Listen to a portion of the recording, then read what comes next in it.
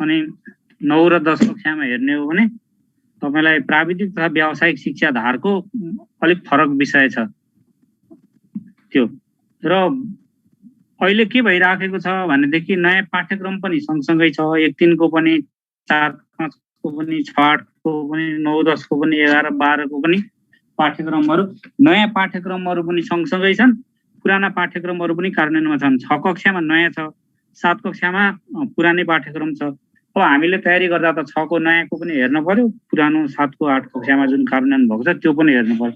यसको मतलब 2069 को पाठ्यक्रम पनि हेर्नु पर्यो, 2077 सालको पाठ्यक्रम पनि हेर्नु पर्यो, एउटै तहको 6 देखि 8 कक्षाको हो। त्यसो हेर्दाखेरि के छ भने कतै नैतिक शिक्षा पनि छ, कतै पेशा व्यावसायिक तथा प्रविधि शिक्षा पनि भयो, नैतिक शिक्षा पनि भयो, कतै चाहिँ तपाईलाई विज्ञान तथा वातावरण भयो, कतै यता विज्ञान तथा प्रविधि भयो, सामाजिक अध्ययन र मानव मूल्य शिक्षा भन्ने भयो। त्यसैले यो कुराहरू चाहिँ हामीले नयाँ दुईटै करिकुलम सँगसँगै राखेर हेरेको सन्दर्भमा मात्रै अलिकति बढी थाहा हुन्छ, नत्र हामी अलमल्ल पर्न सक्ने सम्भावना हुन्छ। हो त्यही विषयमा आधारित भएर म यहाँहरूलाई केही कुरा जोड्छु। थोरै म यहाँ स्क्रिन अलिकति सेयर गर्न खोज्छु, अलिकति समय लाग्ला थोरै।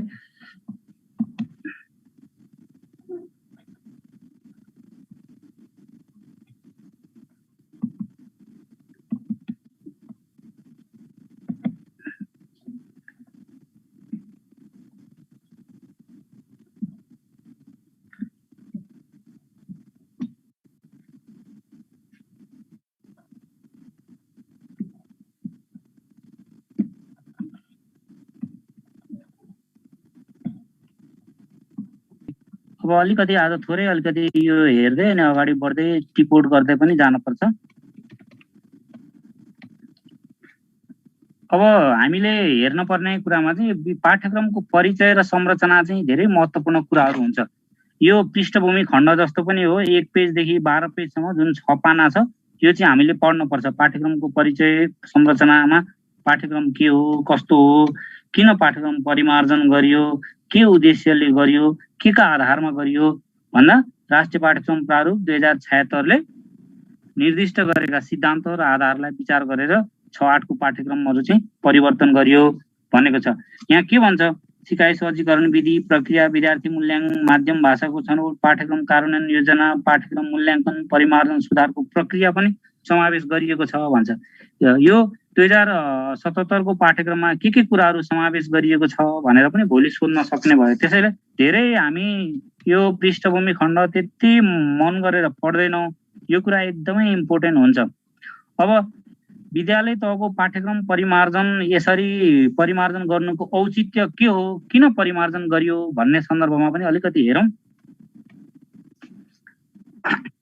यहाँ के भन्छ, पाठ्यक्रमका सिद्धान्त, मान्यता, स्वरूप लगायत शिक्षाका उद्देश्य समेतलाई पुनरावलोकन, हामी पुनरा लेख्छौँ, पुनर हुन्छ है, यहाँ हेर्नुहोस् है, यहाँ यसरी शुद्ध रूप छ, पुनरावलोकन गरी, पुनः अवलोकन भनेको पुनरावलोकन गरी पाठ्यक्रममा सामूहिक विषयवस्तु समावेश गर्न, एउटा त्यो गर्नका लागि सबै कुरा परिवर्तन भयो, पुनरावलोकन गरियो। त्यसैले विषयवस्तु पनि समसामयिक विषयवस्तु पनि यहाँनिर समावेश गर्न। नेपालको लोकतान्त्रिक संघीय गणतन्त्रले लक्षित गरेका विकास, मान्यता, जुन समता, स्वतन्त्रता, यी भनेका हाम्रा प्रिन्सिपल लोकतान्त्रिक मूल्य मान्यताका जुन सिद्धान्तहरू छन्, मान्यताहरू छन्, हो तिनीहरूलाई विकास, समता, स्वतन्त्रता, स्वाभिमानको अभिवृद्धिमा सहयोग पुर्याई जिम्मेवार नागरिक तयार गर्न भन्यो। ज्ञान, विज्ञान र प्रविधि यहाँ भएको विकासले पनि यो पाठ्यक्रम परिवर्तन गर्न पर्यो, परिमार्जन गर्न पर्यो। व्यवहार कुशल सिपहरूलाई सिकाइ प्रक्रियामा एकीकृत गरी पाठ्यक्रममा ती सिपहरूसँग सम्बन्धित सक्षमताहरू उल्लेख गरी सिकाइलाई जीवन सापेक्ष बनाउन। यो व्यवहार कुशल सिप, हिजो पनि मैले तपाईहरुलाई अलिकति भने, व्यवहार कुशल सिपमा 5 वटा सिपहरू छन्। ती सिपहरू एकदमै महत्त्वपूर्ण छन्। हरेक सिपका आफ्ना पाटाहरू छन्। सोचाइ सिप भयो, वैयक्तिक सिप भयो, अन्तर्वैयक्तिक सिप भयो, अनि सूचना प्रविधि तथा साक्षरता सिप भयो, र अन्तिमको सिप भनेको नागरिक सिप। हामीले हिजो व्यक्तिगत सिपमा जिम्मेवारी र प्रतिबद्धताको कुरा गरेको थियौं भने अन्तिममा चाहिँ नागरिक सिपमा जिम्मेवारी भन्ने कुराहरू थियो। त्यस्तै सिकाइका नवीनतम सिद्धान्त, विधि, प्रक्रियाहरूलाई पनि आत्मसात गरेर यो बाल केन्द्रित सिकाइ बालबालिकाको रचनात्मक क्षमता विकास गर्न विद्यार्थी मूल्याङ्कनलाई सिकाइ सहजीकरण प्रक्रियाको अभिन्न अङ्गका रूपमा विकास गरी प्रत्येक विद्यार्थीको न्यूनतम सिकाइ सुनिश्चित हुने गरी सिकाइ स्तर वृद्धिका लागि सहयोग पुर्याउन पाठ्यक्रमको परिमार्जन गरिएको हो। औचित्य त्यो भएर जस्टिफाई त्यसरी गर्यो। अनि अर्को कुरा, यो पाठ्यक्रम विकास गर्दा कक्षा 6-8 को 2077 को पाठ्यक्रम विकास गर्दा अवलम्बन गरेको के सिद्धान्तमा आधारित गरियो भन्दा पहिलो नम्बरमा बाल केन्द्रित सिकाइ सिद्धान्तमा सर्वाङ्गीण बाल विकासको अवधारणालाई विचार गरी बाल केन्द्रित सिकाइ सिद्धान्तमा आधारित भई विकास गरिएको यो पाठ्यक्रमले भन्यो। हेर्नुहोस् है, हामीले हो यो कुरा याद गर्नुपर्छ है। 6-8 को पाठ्यक्रम कुन सिद्धान्तमा आधारित हो भन्यो भने बाल केन्द्रित सिकाइ सिद्धान्त। यो कुरा याद गर्नु पर्यो। यो बाल केन्द्रित सिकाइ सिद्धान्त भनेर याद गर्नु पर्यो हामीले। बाल केन्द्रित सिकाइ सिद्धान्त कक्षा 6-8 को 2077 को पाठ्यक्रम बाल केन्द्रित सिकाइ सिद्धान्तमा आधारित भन्नु पर्यो। अनि अर्को के छ, जीवनोपयोगी तथा व्यवहार कुशल सिपलाई पनि एकीकृत गरिएको छ। जीवनोपयोगी तथा व्यवहार कुशल सिपलाई पनि आधार मान्यो। अनि विकास गर्दा सामाजिक सांस्कृतिक भाषिक लगायतको अर्को विविधतालाई पनि समावेश गर्यो। यसले स्थानीय आवश्यकतालाई पनि सम्बोधन गर्यो। नेपाली मूल्य मान्यता र पूर्वीय ज्ञानको प्रतिनिधित्वका साथै विद्यार्थीको सहभागिता कार्य खोजलाई पनि जोड दियो। हो यी कुराहरू लेख्नुपर्छ। यी सबै भनेको बाल केन्द्रित सिकाइ सिद्धान्त हो र पूर्वीय दर्शनलाई पनि आत्मसात गर्यो, सफ्ट स्किललाई पनि आत्मसात गर्यो। जीवनोपयोगी सिप भन्नु र व्यवहार कुशल सिप भन्नु यो एउटै हो। अनि पूर्वीय ज्ञान भनेको यो संस्कृतका जुन मूल्य मान्यता परम्पराहरू छन्, हाम्रो नेपाली मूल्य मान्यताहरू, यसलाई पनि आत्मसात गर्यो। बाल सहभागितालाई, विद्यार्थीको सहभागिता भन्नु भनेको बाल सहभागिता हो। बाल अधिकारलाई पनि आत्मसात गरेको रहेछ भन्ने कुराहरू हाम्रो पाठ्यक्रमले विचार गर्नु हो। ती नै सिद्धान्त। यो सिद्धान्त भनेको थ्योरी होइन, यो सिद्धान्त भनेको मान्यता हो, प्रिन्सिपल। प्रिन्सिपलको दुईटा अर्थ लाग्छ, एउटा सिद्धान्त, एउटा मान्यता। दुईटै भन्नुको अर्थ यो सिद्धान्त भने पनि यो मान्यता अर्थमा। हाम्रो यो पाठ्यक्रम विकास गर्दा कुन मान्यतालाई आत्मसात गरियो भन्दा बाल केन्द्रित सिकाइको सिद्धान्त अथवा त्यो मान्यता हो, त्यो प्रिन्सिपलमा आधारित भएर हामीले विकास गरेको भन्नु पर्यो। हामी भनेको तपाईँ हामी सबै सरोकारवाला। अब यो हेरिरहँदाखेरि शिक्षाको राष्ट्रिय उद्देश्य यो 1 कक्षाको 3 मा 4, 5 मा 6, 8 मा 11, 12 सम्म सबै पाठ्यक्रमका उसमा दस्तावेजमा यो 12 वटा उद्देश्यहरू छन्, शिक्षाका राष्ट्रिय उद्देश्यहरू। यो संरचना विद्यालय शिक्षाको तहगत कक्षागत संरचना यो पनि त्यही हो। यो हिजो हामीले पनि छलफल गरेको थियौँ। सिपका क्षेत्रहरूका कुराहरू 6 वटा सिप र 5 वटा सिप गरेर जम्मा 11 वटा सिप छन्। जम्मा 384 र 192 गरेर 576 घण्टा हुन्छ भनेको छ। त्यो कुरा यहाँ 256 घण्टा भनेको चाहिँ खेल खेल्ने आराम गर्ने समय हो यो कुरा। भिडियो अफ गर्नु उदय सर, भिडियो अफ गर्नु। अनि अरु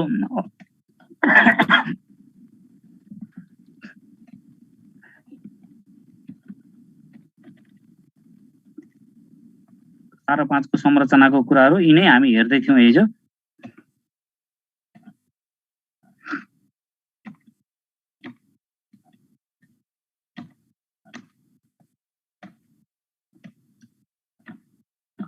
अब यी 6-8 का सक्षमताहरू, 9-10 का सक्षमताहरू यस्ता कुराहरू छन्।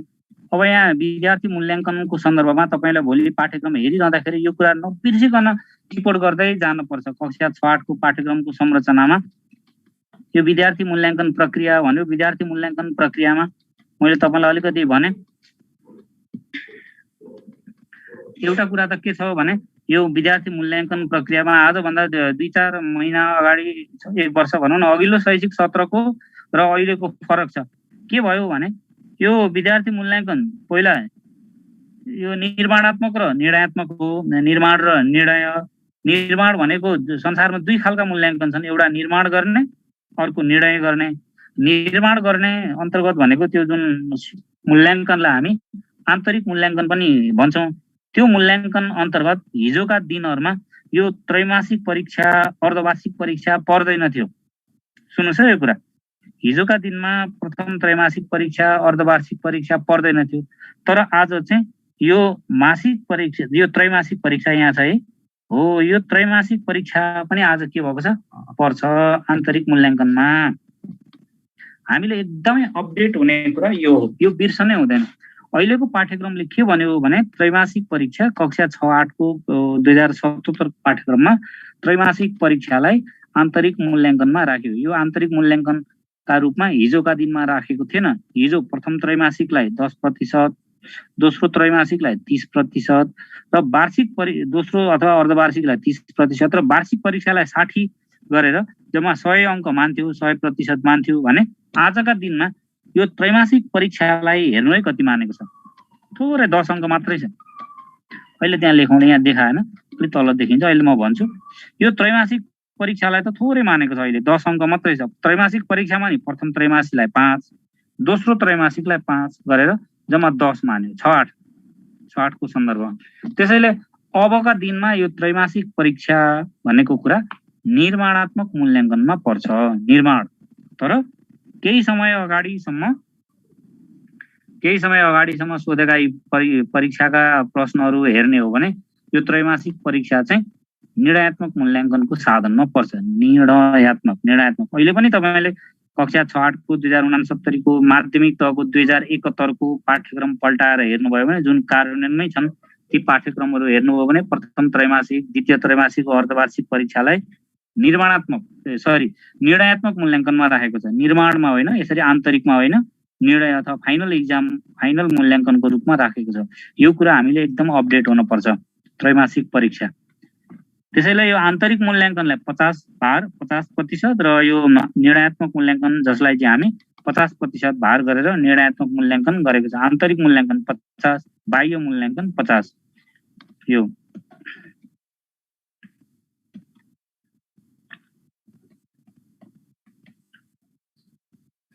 अनि पाठ्यक्रमको मूल्याङ्कन भन्ने कुराको सन्दर्भमा यसो हेर्ने हो भने सबैभन्दा पहिलो आधार चाहिँ के हुन्छ त? पाठ्यक्रम मूल्याङ्कनको आधार तपाईहरुलाई यो पनि महत्त्वपूर्ण प्रश्न हुन्छ। यो पाठ्यक्रम मूल्याङ्कनको आधार भनेर हेर्ने हो भने यो पाठ्यक्रम मूल्याङ्कनको आधार यो पहिलो नम्बरमा भनेको स्टुडेन्टको सिकाइ उपलब्धि नि हो। बालबालिकाको सिकाइ उपलब्धिको स्तर कति छ, शिक्षकको कार्य सम्पादन स्तर कस्तो छ, पठन पाठनमा उपयोग गरिएको समय कति छ।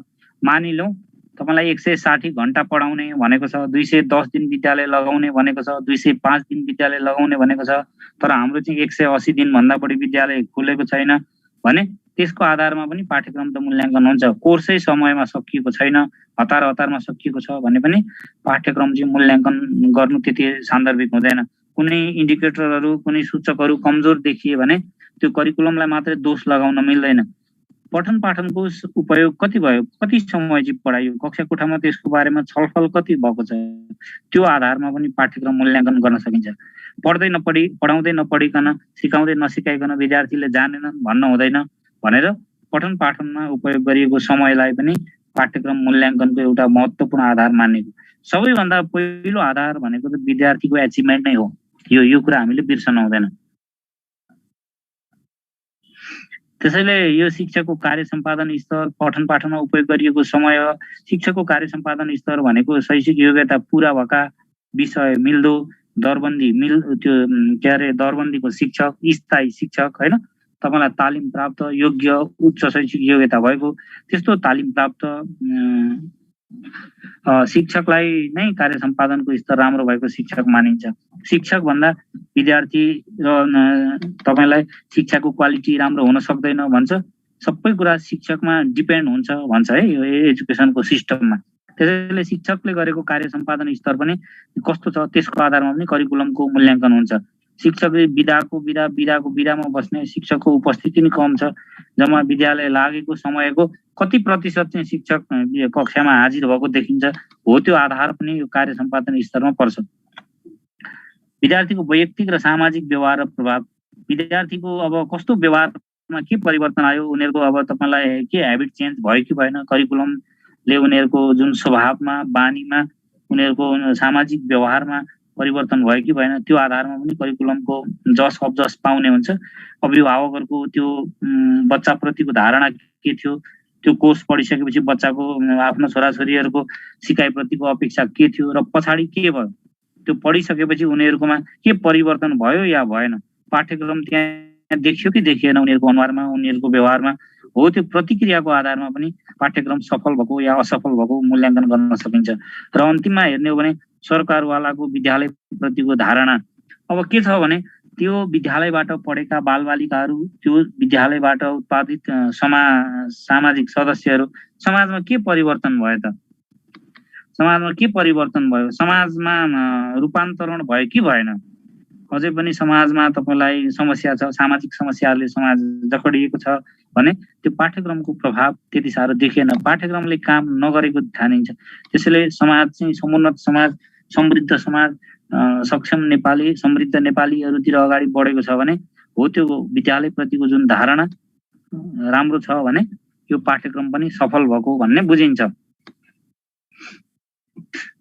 साथीहरु भिडियो अफ गर्नु होला है तपाईहरुको भिडियो अफ गर्न मैले अनुरोध गरे न त तपाईहरुलाई यहाँबाट आउट गर्छौं हामी भिडियो चाहिँ अफ गरिदिनु होला है त।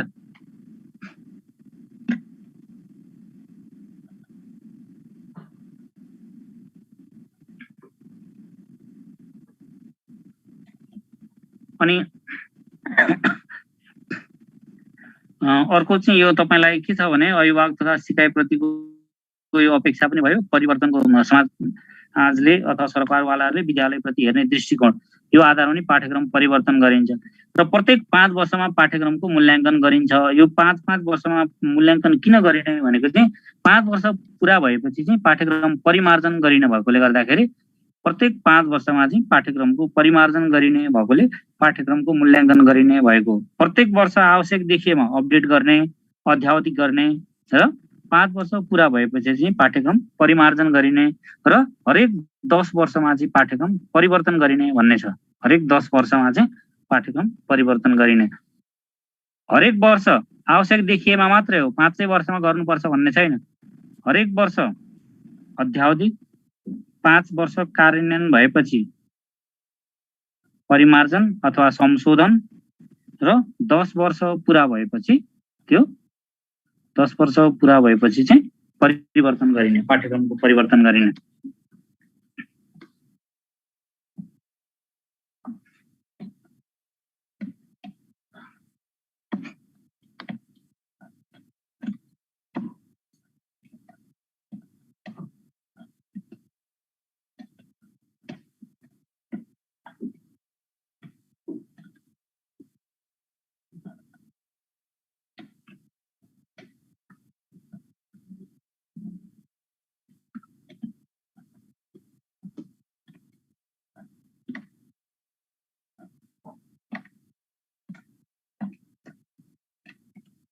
मैले हिजो पनि तपाईहरुलाई भनेको छु शिक्षकले सबैभन्दा बढी समय पाठ्यक्रम पल्टाउने बित्तिकै हेर्ने भनेको के हो त भन्दा त्यो सिकाइ सहजीकरण प्रक्रिया हेर्नुपर्छ। यहाँ धेरै कुराहरू लेखेको हुन्छ यो चाहिँ एकदमै इम्पोर्टेन्ट कुरा हो। अब यहाँनेर विधिका पनि प्रविधिका पनि कुरा हुन्छन्। मैले देखाउन खोजेको कुरा चाहिँ मूल्याङ्कन विद्यार्थी मूल्याङ्कनको पाटोमा अलिकति अगाडि बढ्न खोजेको आन्तरिक मूल्याङ्कनमा यो 50 अंक जुन छ यो 50 अंकमा अघि पनि भनेको थिएँ मैले 50 अंकमा यो कक्षा सहभागितालाई 4 अंक सुनाइ तथा बोलाइलाई 16 अंक पढाइलाई 20 अंक 20 अंक। अब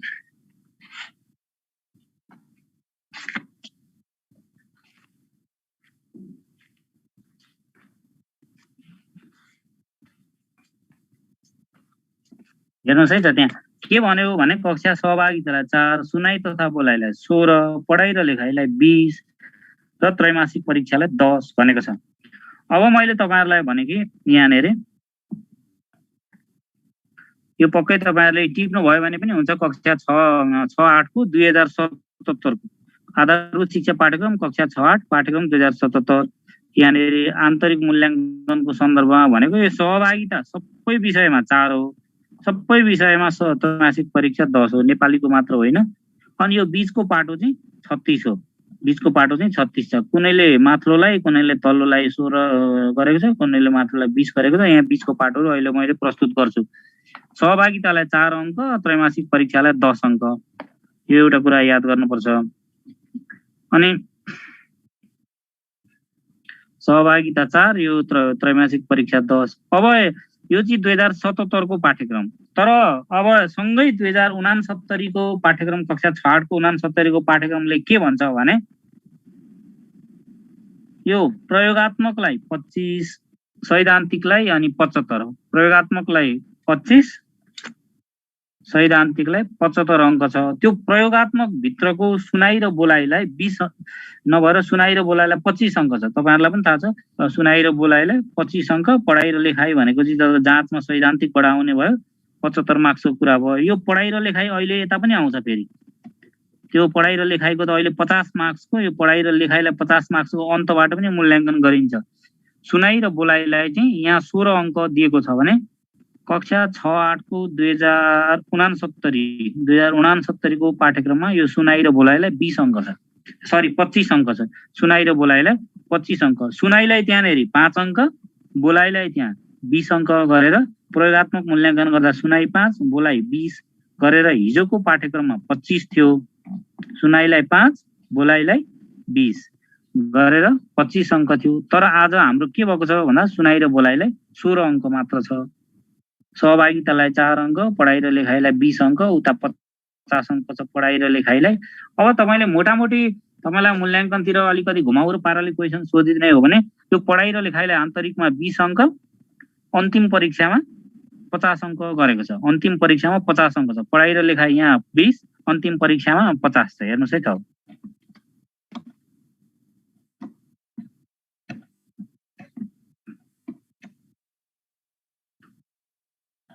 यहाँ भाषिक सिप मूल्याङ्कन भन्यो। भाषिक सिप मूल्याङ्कनमा भाषिक सिप मूल्याङ्कन गर्दाखेरि पढाइ र लेखाइलाई कति अङ्क गर्ने भन्यो? पढाइ र लेखाइलाई यहाँ 50 अङ्क, 50 अङ्क, पढाइ र लेखाइलाई 50 अङ्क, माथि 20 गर्यो। यहाँनेरि तपाईलाई यो अन्तिम मूल्याङ्कन भन्छ। अन्तिम मूल्याङ्कनमा यो अन्तिम परीक्षाको भार 50% हुने, अन्तिम परीक्षाको भार 50% हुने। त्यहाँनेरि यो पनि पढाइ र लेखाइलाई राख्ने। पढाइ र लेखाइलाई राख्दाखेरि तपाईलाई 50 अङ्क यहाँ अघि आन्तरिकमा पढाइ र लेखाइलाई कति गरेको छ हामीले? अघि 20 गरेको छ। यहाँ पढाइ र लेखाइलाई 20 अङ्क छ। यसरी हेर्ने हो भने पढाइ र लेखाइलाई 70 अङ्क र सुनाइ र बोलाइलाई 16 अङ्क, त्रैमासिक परीक्षालाई 10 अङ्क, अर्कोलाई 4 अङ्क गरेर राखेको छ। हेर्ने हो भने यसरी पनि हामीले हेर्न सक्छौँ। पाठ यो चाहिँ मैले तपाईहरुलाई किन भनिराखेको छ भने यो चाहिँ सरसरी हेर्दाखेरि यो कुन कोर्सको कहाँको कुरा गरे होला सरले जस्तो लाग्छ तपाईहरुलाई। यो चाहिँ हाम्रो त्यो विषयगत पाठ्यक्रम छ जुन सब्जेक्टिभ करिकुलम तपाई हामीले गर्ने दोस्रो पत्र भनौँ। त्यो दोस्रो पत्रको अन्तिम च्याप्टरतिर सायदै पाठ्यक्रमको तुलनात्मक अध्ययन, विद्यार्थी मूल्याङ्कन, भाषिक मूल्याङ्कन अथवा आफ्नो आफ्नो पाठ्यक्रमको बारेमा मूल्याङ्कन, विद्यार्थी मूल्याङ्कन प्रक्रियाका बारेमा कहीँ न कहीँ उल्लेख छ सेकेन्ड पेपरको कोर्समा हो। यो पढिरहँदा, यो प्रथम पत्रको यो तयारी गरिरहँदा दोस्रो पत्रलाई पनि तपाईलाई काम दिइराखेको हुन्छ। दोस्रो पत्रको पनि तयारी पुग्छ। त्यसैले गर्दाखेरि यो कुराहरूलाई अलिक गहन तरिकाले हेर्न पर्छ तपाई हामीले है। यो अब त्यहाँनेरि हाम्रो पाठ्यक्रमको उद्देश्य, विषय क्षेत्र भनेको ठाउँमा मूल्याङ्कनको क्षेत्रलाई पनि विषय क्षेत्र अन्तर्गत राख्न अथवा उल्लेख गर्न सक्छ। सहभागिता, सुनाइ बोलाइ, पढाइ लेखाइ, त्रैमासिक परीक्षा भने जस्तो सुनाइ र बोलाइ, पढाइ र लेखाइ सोध्यो भने एकाङ्गी भयो, नेपालीलाई मात्र सोधे जस्तो भयो, अङ्ग्रेजीलाई मात्र सोधे जस्तो भयो हैन। त्यसैले सहभागितालाई कति अङ्क, त्रैमासिक परीक्षालाई कति अङ्क, आन्तरिक मूल्याङ्कनमा कति भार, बाह्य अथवा अन्तिम मूल्याङ्कनमा कति भार भनेर सोध्न सक्छ।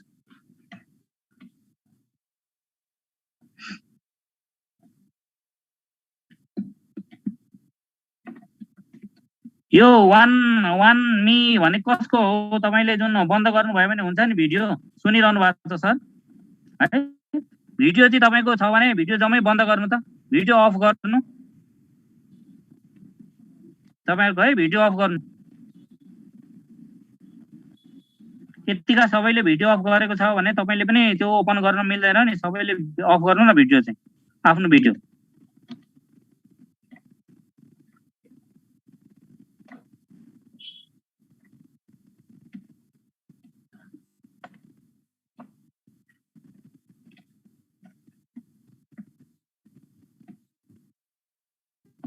अनि यहाँनेरि यो जुन रेटिङ स्केलको कुरा छ मैले अङ्ग्रेजीको देखाएँ। यो रेटिङ स्केल पनि तपाईलाई एउटा कुरा के याद गर्ने भने 5 वटा छ। यहाँ रेटिङ स्केल 5 वटा छ। अब तपाईहरुलाई एउटा कुरा के थाहा छ भने यो रेटिङ स्केल 5 वटा छ। Below basic, basic, above basic, proficiency र एडभान्स भनेर यो छ। कक्षा 1-3 को कतिवटा छ तपाईहरुलाई थाहा छ? त्यो मूल्याङ्कनका जुन तहहरु थाहा छ मूल्याङ्कनको? कक्षा 1-3 को अहिलेको पाठ्यक्रममा?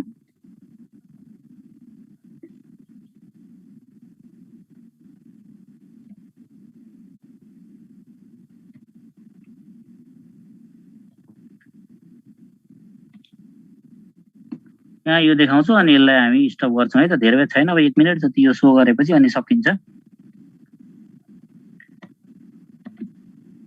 हिजो पनि हेरेको हामीले हेर्नलाई त।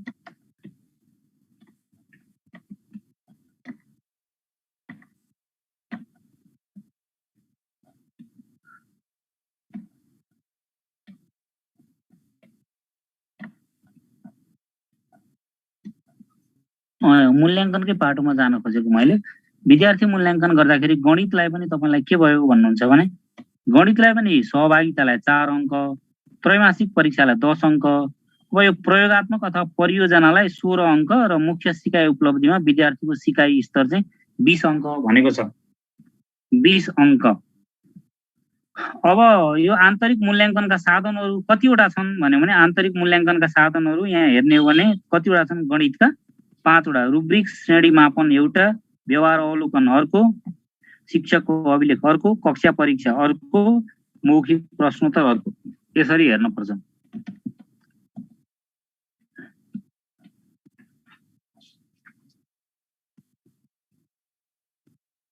मैले यसलाई रोकेँ।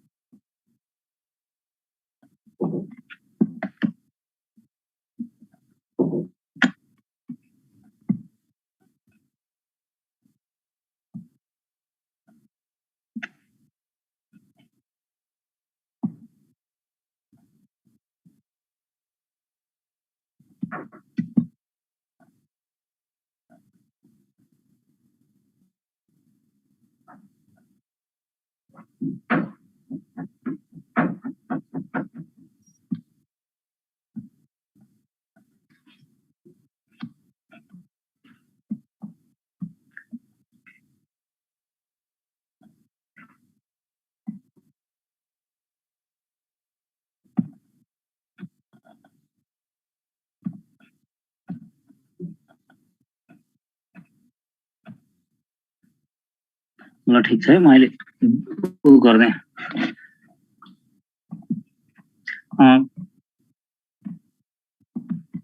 यो विषयवस्तुको सन्दर्भमा चाहिँ यो सिलेबसहरु यी नै हो। तपाईहरुले आधारभूत कक्षा पाठ्यक्रम 2077 को पनि हेर्नु। अर्को पनि म एकचोटी तपाईहरुलाई देखाउँदै छु, एकैछिन वेट गर्नु।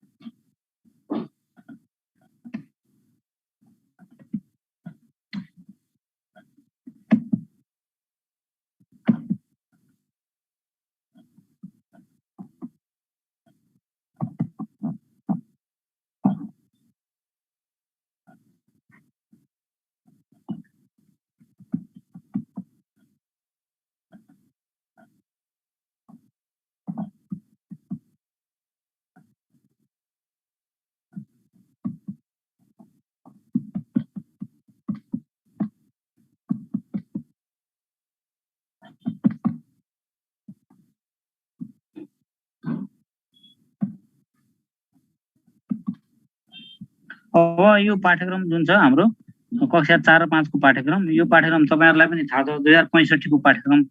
यो पाठ्यक्रम पनि हाम्रो कक्षा 4 र 5 मा त अहिले त कार्यान्वयनमै छ नि। यो 78 मा कक्षा 4 मा कार्यान्वयनमै छ, 69 मा कक्षा 5 मा कार्यान्वयनमै, 79 मा कार्यान्वयनमै हुन्छ। त्यसैले यो पाठ्यक्रमले अब विषय क्षेत्रहरू कसरी निर्धारण गरेको छ त भन्ने कुरामा कक्षा 4 र 5 को पाठ्यक्रममा 65 को पाठ्यक्रममा के छ त मावि शिक्षकहरूलाई पहिला पनि सोधेको थियो। जो निभावी स्थायी हुनुहुन्थ्यो उहाँहरूले मावि मात्र तयारी गर्दाखेरि यही पाठ्यक्रमबाट सोधेको थियो। नेपाली, गणित, सामाजिक अध्ययन, सिद्धान्त कला, यो विज्ञान तथा वातावरण, स्वास्थ्य तथा शारीरिक शिक्षा, स्वास्थ्य शिक्षा, शारीरिक शिक्षा, अनि तपाईँलाई अङ्ग्रेजी यहाँ लग्यो हैन। स्थानीय पाठ्यक्रम निर्माण निर्देशिका, निरन्तर विद्यार्थी मूल्याङ्कन सम्बन्धी अभिलेख कसरी राख्ने भनेर यो करिकुलमले भने अनुसार त हामीले गर्नै पर्यो। यो करिकुलम कार्यान्वयन रहउन्जेलसम्म त यसैले भने अनुसार गर्नुपर्छ। त्यसैले हामीले यो करिकुलमलाई पनि अहिले नहेर्ने भन्ने कुरा हुँदैन। यो पनि कार्यान्वयनमै रहिरहेको पाठ्यक्रम भएकोले हेर्नुपर्छ। अब यहाँ चाहिँ यसले हिजो पनि मैले भने प्राथमिक तहको अध्ययन पुरा गरेपछि नेपाली भाषामा विद्यार्थीहरूले निम्नलिखित कार्य गर्न सक्षम हुनेछन्। यो चाहिँ साधारण उद्देश्यहरू भयो। अब क्षेत्र र क्रम तालिकामा मैले तपाईँहरूलाई हिजो टिपाएकै छ। हिजो चाहिँ के थियो भनेदेखि तपाईँलाई कक्षा 1-3 को 2076 को पाठ्यक्रम अनुसार नेपाली विषयको यो विषयवस्तुको क्षेत्रमा सुनाइ बोलाइ, पढाइ लेखाइ र कार्यमूलक व्याकरण थिएन हजुर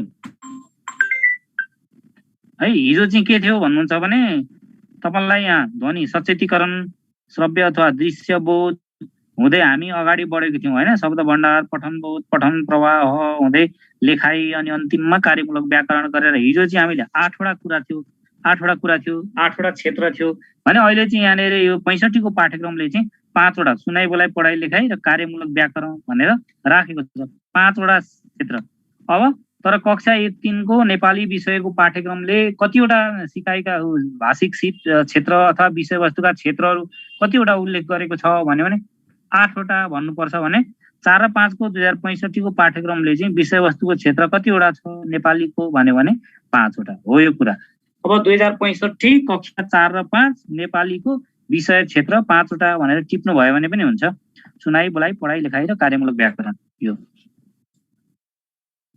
है, यो कार्यमूलक व्याकरण।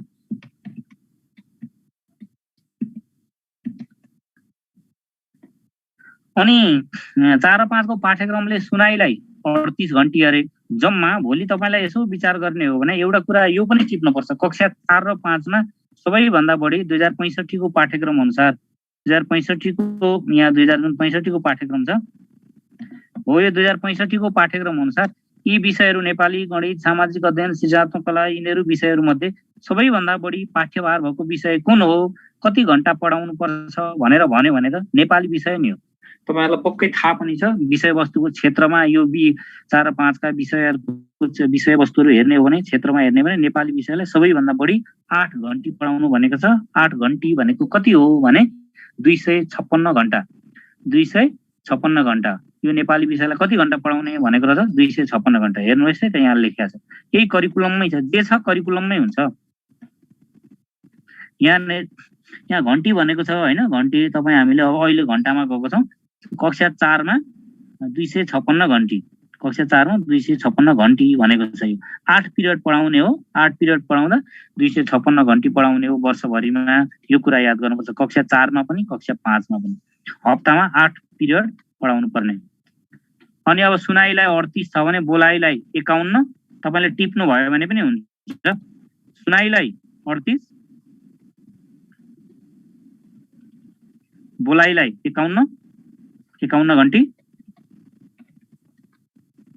पढाइलाई 77 घण्टी अनि लेखाइलाई पनि 77 घण्टी। अब कार्यमूलक व्याकरण हेरौं कति छ। कार्यमूलक व्याकरणलाई 13 घण्टी छ जम्मा। कार्यमूलक व्याकरणमा पद संगति र क्रियाको काल भन्ने हुन्छ। क्रियाको काल गरेर जम्मा 13 घण्टी। त्यसरी 13 घण्टी, 77 घण्टी, 77 घण्टी, 51 घण्टी र 38 घण्टी हो। त्यो जम्मै जोड्दाखेरि 256 हुन्छ होला पक्कै पनि। त्यो यसरी सबैभन्दा बढी कुन क्षेत्रलाई जोड दिएको छ भने पढाइ र लेखाइलाई। अब भोलि तपाईलाई परीक्षामा कसैले सोध्यो भने पनि प्राथमिक तहको कक्षा 4 र 5 को 2065 को पाठ्यक्रम त्यो सोध्न बढी सान्दर्भिक पनि छ। अलि पुरानो पनि भयो। कार्यरत सबै शिक्षकहरूलाई थाहा पनि छ। लामो समयदेखि अस्थायीमा, करारमा, राहत दरबन्दीमा काम गरेर टिचरहरूले यही पाठ्यक्रम प्रयोग गरिरहनु भएको भएर तपाईहरुले उहाँहरुलाई पनि यसो हेर्ने हो भने यो पाठ्यक्रमको बारेमा उहाँहरुलाई पक्कै थाहा छ अहिले नयाँ करिकुलमहरु कतै विद्यालयमा नपुगेको अवस्थाहरु छ अथवा अपडेट हुन बाँकी छ भन्ने कुरा पनि रह्यो होला। सुनाइलाई 38 घण्टी, सुनाइलाई बोलाइलाई 51 घण्टी अनि पढाइ र लेखाइलाई 77 र कार्यमूलक व्याकरणलाई 13 घण्टी छ भनेर हेर्न पर्यो। सबैभन्दा बढी भार कुन विषय क्षेत्रलाई छ भन्यो भने पढाइ र लेखाइलाई 77 रहेछ, 77 रहेछ भन्ने कुरा बुझ्नु पर्यो है त। हो यस्तै यो त एउटा नमुना मात्र भयो, एउटा नमुना मात्र भयो।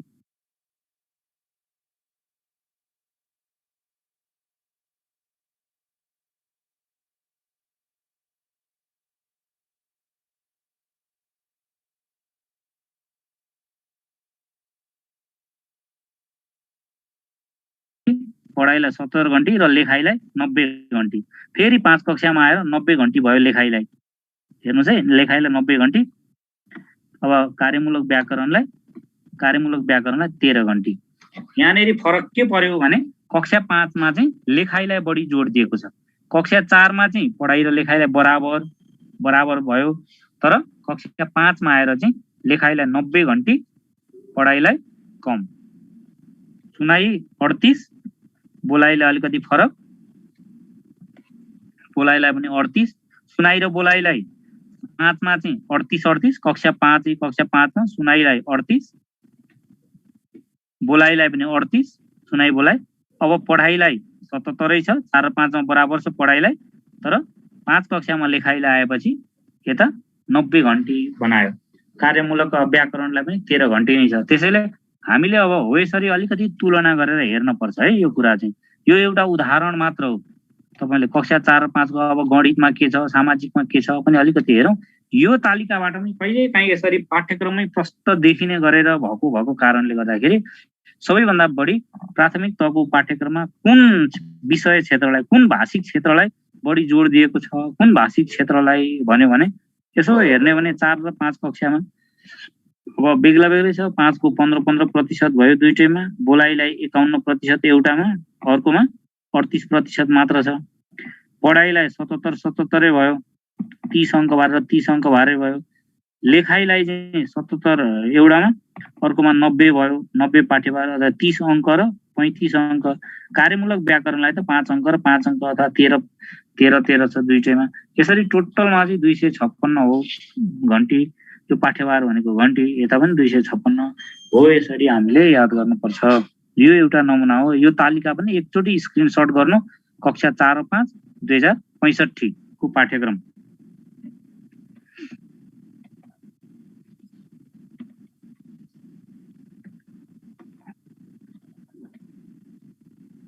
अब गणितको सन्दर्भमा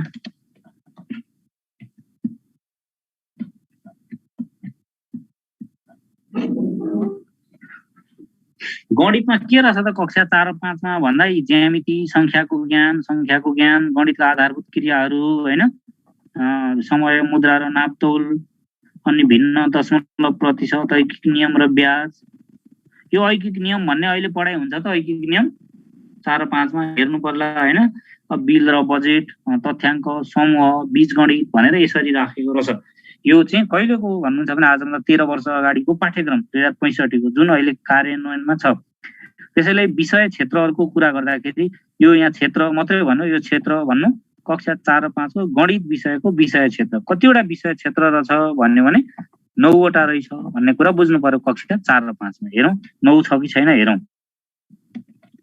क्षेत्रक्रम तालिकामा उल्लेख गरेकै हुन्छ। यी ज्यामिति एउटा भयो, दोस्रोमा संख्याको ज्ञान भयो, तेस्रोमा गणितका आधारभूत क्रियाहरूमा घटाउ राख्यो, गुणन राख्यो, भाग राख्यो, जोड राखेन। हेर्नुस् है, जोड राखे त 4 र 5 मा जोड सिकाउने भने त गुणन, घटाउ, गुणन, भाग भन्यो, जोड राखेन। 1 2 3 मा सिकाउने भन्यो, विविध भनेर पनि राखेको। जोड घटाउ सँगै मिश्रित सरल व्यवहारिक कुराहरू राख्यो। 4 मा समय, मुद्रा, 4 के छ, 5 मा भिन्न दशमलवहरू, 6 मा बिल बजेट, 7 मा तथ्याङ्क, 8 मा समूह, 9 मा बीजगणित, 9 मा बीजगणित। यसरी 9 वटा चाहिँ विषय क्षेत्रहरू के गरेको छ भन्दा राखेको छ। यसरी हामीले अनि के गर्ने भन्दाखेरि अब यो ज्यामिति, यो 17 घण्टी यसरी याद गर्न पर्दैन। 9 वटा 10 वटा युनिटहरू धेरै छन् भने त्यो सबै घोकिरहनु अलि अप्ठ्यारो पनि हुन्छ। कतिवटा विषय क्षेत्रहरू राखेको छ, कतिवटा एकाइहरू राखेको छ भने चाहिँ यतिवटा 9वटा छ। कम्तीमा यो ज्यामिति संख्याको ज्ञान भन्ने कुराहरू चाहिँ अलिकति याद हुनुपर्छ यो विषयवस्तु क्षेत्रहरूमा।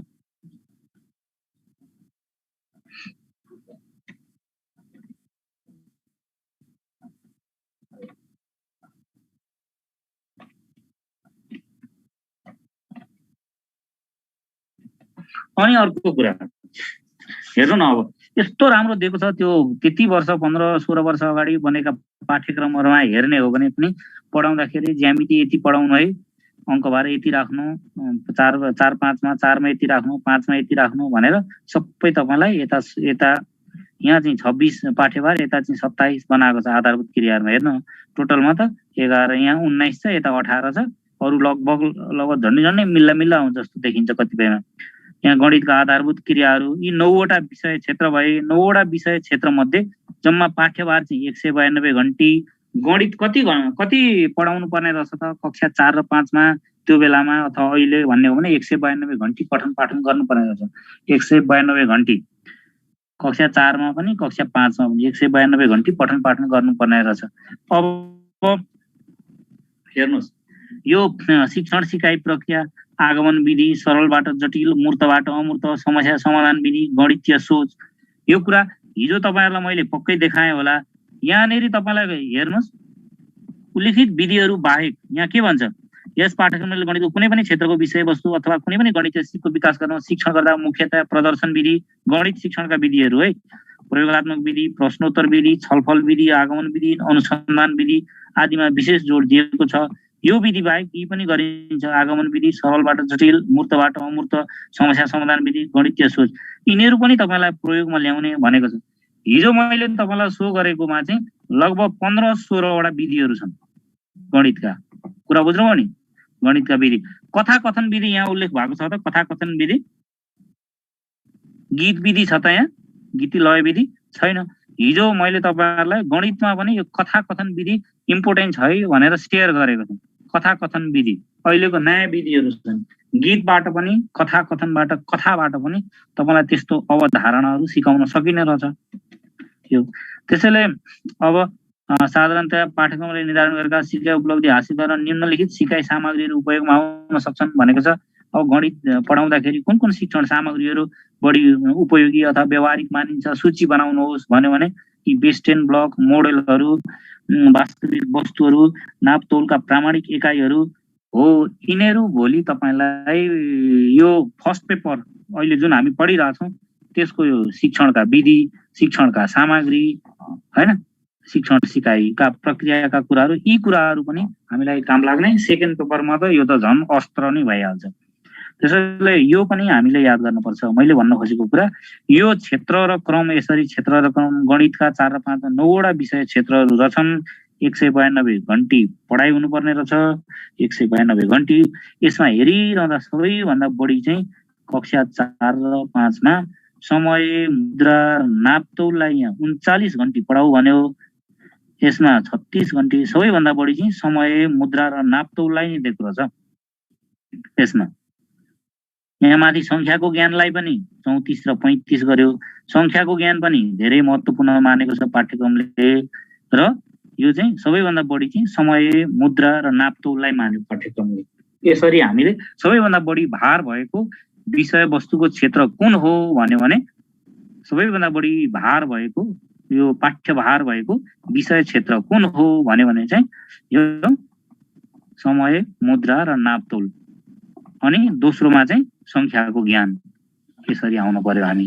तेस्रोमा कहाँ आउने भन्यो भने तेस्रोमा भनेको यसमा आउनुपर्छ होला, भिन्न दशमलव प्रतिशत, ऐच्छिक नियम र साधारण ब्याज। यसमा आउनु पर्यो सबैभन्दा तेस्रोमा चाहिँ। अनि चौथोमा चाहिँ यो 26 र 27मा गणितका आधारभूत क्रियामा जानु पर्यो। हो यसरी हामी जान्छौँ। यो पनि एक क्लिप, एक सर्ट हानिराख्नुहोस् है, तपाईहरु गरिराख्नुहोस् क्लिप।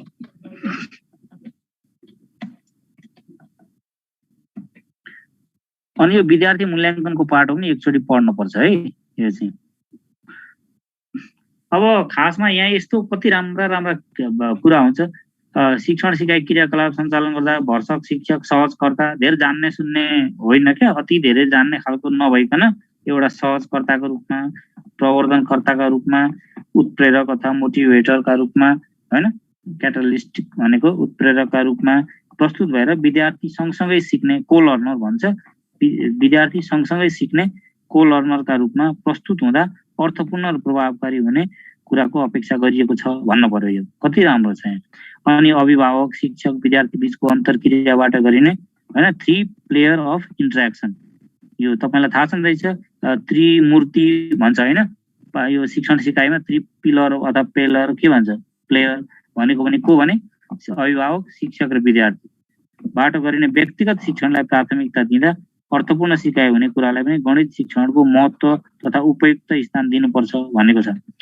हो यसरी 3 पिलरको रूपमा पनि जानु पर्यो, 3 प्लेयरको रूपमा पनि जानु पर्यो त्यो। अब परीक्षामा एकपटक सोधेको यो सामाजिक अध्ययन विषयको विषय क्षेत्रहरू, यहाँनिर विषय क्षेत्रहरू कुन कुन हुन् भनेर परीक्षामा सोधेको थियो। कतिवटा विषय क्षेत्रहरू छन् भनेर तपाईलाई के गरे सोध्यो। विषय क्षेत्र सामाजिकको कतिवटा छन्? आफू, आफ्नो परिवार र छरछिमेकी एउटा, दुईटा, तीनवटा, चारवटा, पाँचवटा, छवटा, सातवटा, आठवटा आयो है। यहाँ कक्षा 4 5 मा कतिवटा? 8वटा। हेरौँ अब कतिवटा छ, यहाँ देखिहालिन्छ। आफू र आफ्नो परिवार र छरछिमेकी 1 2 3 4, नागरिक चेतनाले 4, हाम्रो पृथ्वी 5, हाम्रो विगत 6, हाम्रो आर्थिक क्रियाकलापले 7वटा मात्रै आयो। ल हेर्नुहोस्, अर्को आयो? आएन। तर माथि के भनेको थियो?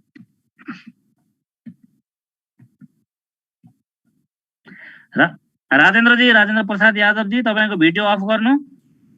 राजेन्द्र सर, भिडियो अफ गर्नु तपाईको।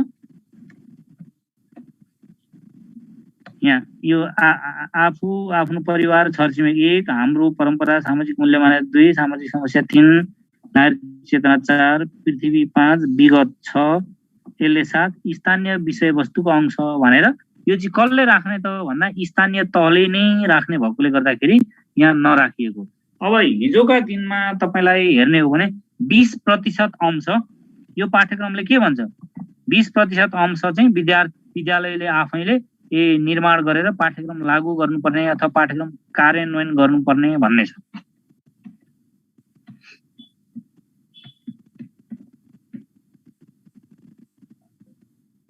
ल 7वटा विषय क्षेत्रहरू। अब एउटा कुरा आयो, यो क्षेत्र र क्रम तालिकामा यहाँ जम्मा कतिवटा दिएको छ? 7वटा। हेर्नुहोस् है, 7वटा। अब तपाईले स्थानीय विषयको क्षेत्रहरू राख्ने हो भने 8वटा हुने भयो। 8वटा हुने भयो। नागरिक चेतना त्यो गरेर स्थानीय विषयको त आफै राख्नु पर्ने भयो।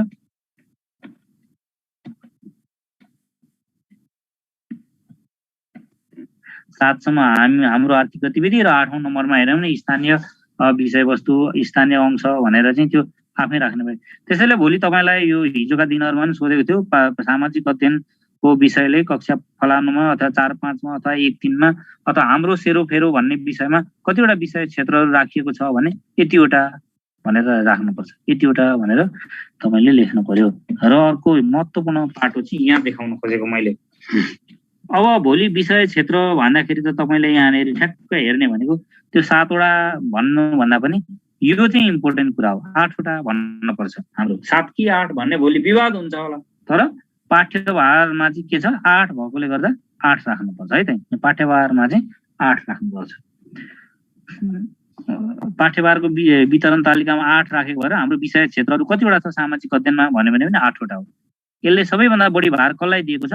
स्थानीय विषयवस्तुलाई दिएको छ। अब मैले प्रश्न सोधेँ तपाईहरुलाई। यो कक्षा एउटा टिप्नु त त्यहाँ प्रश्न सबैले टिप्नु, लेख्नुपर्छ कापीमा।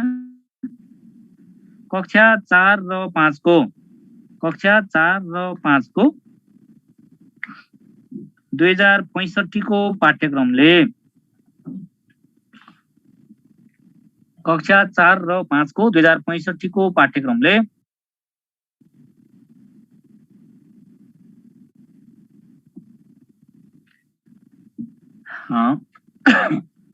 सामाजिक अध्ययन विषयलाई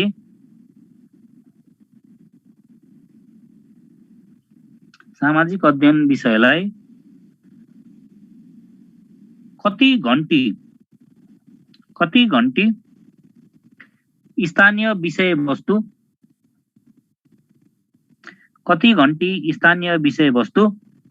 विद्यालय आफैले निर्धारण गरी, विद्यालय आफैले निर्माण गरी अथवा विकास गरी लागू गर्नुपर्ने छ भन्ने उल्लेख गरिएको छ। विद्यालय आफैले कति घण्टीको पाठ्यक्रम चाहिँ सामाजिक अध्ययन भन्ने विषयमा त्यो पाठ्यक्रममा कति घण्टी चाहिँ विद्यालयले आफै पाठ्यक्रम बनाएर लागू गर्नुपर्छ अथवा कार्यान्वयन गर्नुपर्ने कुरा उल्लेख छ भने कति घण्टी? जम्मा 32 घण्टी हो। यहाँनिर लेखेको चाहिँ 32 घण्टी भनेको छ। 32 घण्टी चाहिँ तपाईले बिर्सनै भएन।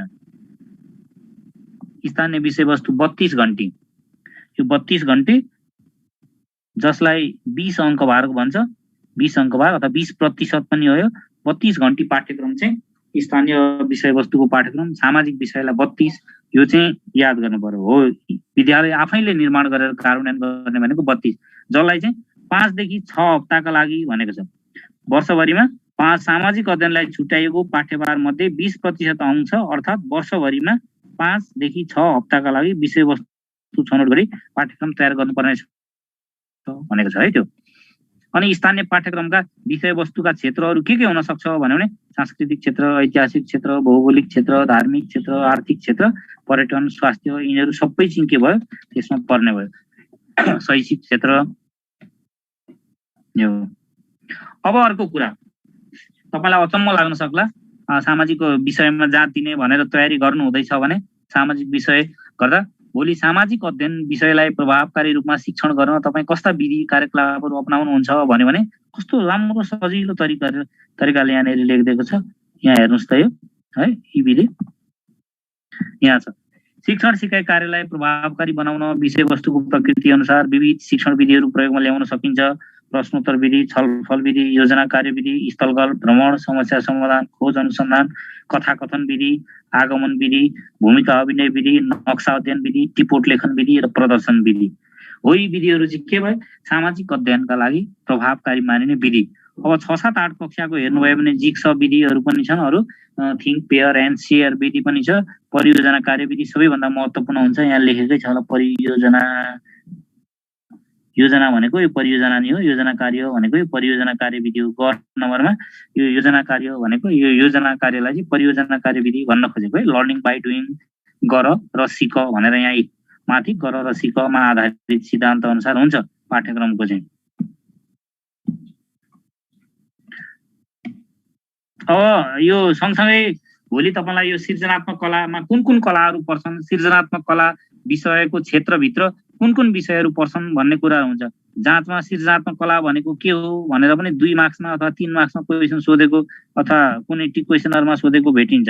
यहाँ कस्तो राम्रोसँगले दिएको छ। अरु थोक पढ्नु भन्दा यही पढ्यो भने राम्रो।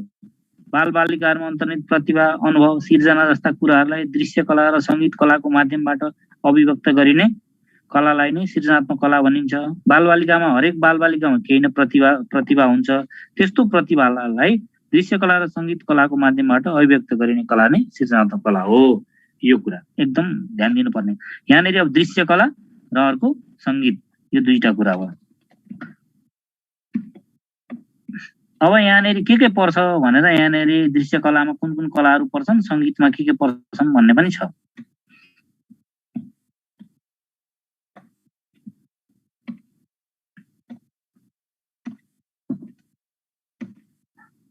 तपाईले बोर मान्नु भएको छैन भन्ने लागिरहेछ। मैले इम्पोर्टेन्ट देखाउँछु। करिकुलम पढ्दा पनि कहाँ पढ्ने भन्ने कुरा छ, अहिले देखिहाल्नुहुन्छ। यही आउन आँट्यो है।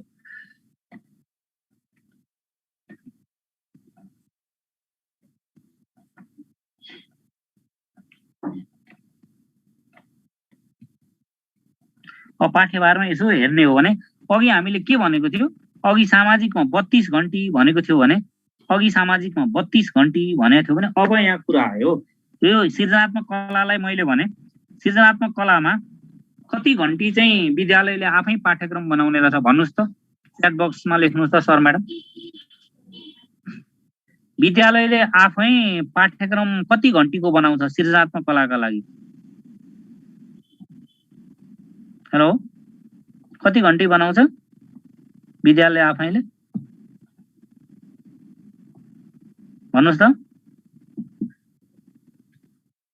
यो के अरे सृजनात्मक कला कक्षा 4 र 5 मा सृजनात्मक कलाका लागि विद्यालयले आफै कति घण्टी पाठ्यक्रम आफै बनाएर कार्यान्वयन गर्नुपर्ने कुरा पाठ्यक्रमले उल्लेख गरेको छ। तपाईलाई मैले स्क्रिनमा देखाइरहेको छु।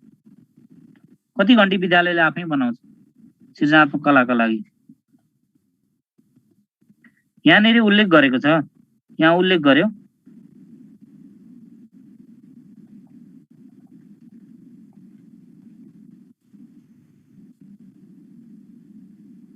यो स्थानीय पाठ्य विषयको अंश 10 घण्टी यहाँ भयो हैन, 10 घण्टी यहाँ भयो। अब यो स्थानीय पाठ्य विषयको अंश संगीतमा 9 घण्टी, दृश्य कलामा 10 घण्टी गरेर 19 घण्टी पाठ्यक्रम। हेर्नुस् है, 19 घण्टी। सामाजिक अध्ययन त्यो तपाईले टिप्नु भयो भने पनि हुन्छ। कक्षा 4-5 2065 भनेर लेख्नु, कक्षा 4 र 5 2065। सामाजिक अध्ययन 32 घण्टी, सामाजिक अध्ययन 32 घण्टी, सृजनात्मक कला 19 घण्टी। सृजनात्मक कलामा दृश्य कला 10 घण्टी, संगीतमा 9 घण्टीको पाठ्यक्रम चाहिँ विद्यालयले आफै बनाउने रहेछ। सृजनात्मक कलामा कति 10 घण्टी र 9 घण्टी। यहाँ स्थानीय पाठ्य विषयको अंश 9, स्थानीय पाठ्य विषयको अंश 10 गरेर पाठ्यभार भनेको त घण्टी हो। तपाई हामीलाई थाहा छ यो पिरियड हो। त्यसैले यहाँ पनि 9 छ, यहाँ पनि 9 छ, यहाँ पनि 10 छ, यहाँ पनि 10 छ गरेर 4 र 5 मा 19 घण्टीको पाठ्यक्रम चाहिँ विद्यालयले आफैले बनाउने रहेछ। त्यो कुरा हेर्न पर्यो। अर्को कुरा, यो चित्रकलाको शिक्षण गर्दा हेर्नुस् है, चित्रकलाको शिक्षण गर्दा शिक्षकले के कुरामा ध्यान दिन पर्छ भनेर पनि तपाईलाई सोधेको अथवा सोध्न मिल्ने खालको कुरा छ। कस्तो राम्रो कुरा छ। बालबालिकालाई सृजनात्मक कलाको कुराहरू सिकाउँदाखेरि यो शिक्षण सिकाइ प्रक्रिया मैले तपाईलाई भने सबैभन्दा इम्पोर्टेन्ट क्षेत्र हो। पाठ्यक्रम पढिरहँदाखेरि प्रत्येक विद्यार्थीलाई सकेसम्म बढी अभ्यास गर्न लगाउनुमा नै शिक्षणको प्रभावकारिता रहन्छ। हेर्नुस् है, सबैभन्दा बढी अभ्यास गराउँदा चित्रकलाको शिक्षण गर्दा निम्न कुरामा ध्यान दिनुपर्छ। ल हेर्नुस्, पहिलो बुँदा कक्षाको पहिलो दिनमा नै बालबालिकाहरूलाई ठाडै यस्तो चित्र बनाऊ भन्यो भने, यस्तो चित्र बनाऊ उस्तो चित्र बनाऊ भन्यो भने उनीहरू डराउने अथवा अल्मलिने सम्भावना रहन्छ। उनीहरुको लागि यो विषय गाह्रो हुन्छ। त्यसैले त्यस्तो नगर्ने, साधारण रेखा तान्ने भनेको छ। अर्को यहाँनेरि के छ भने नि हेर्नु, यहाँनेरि एउटा कस्तो राम्रो पोइन्ट छ।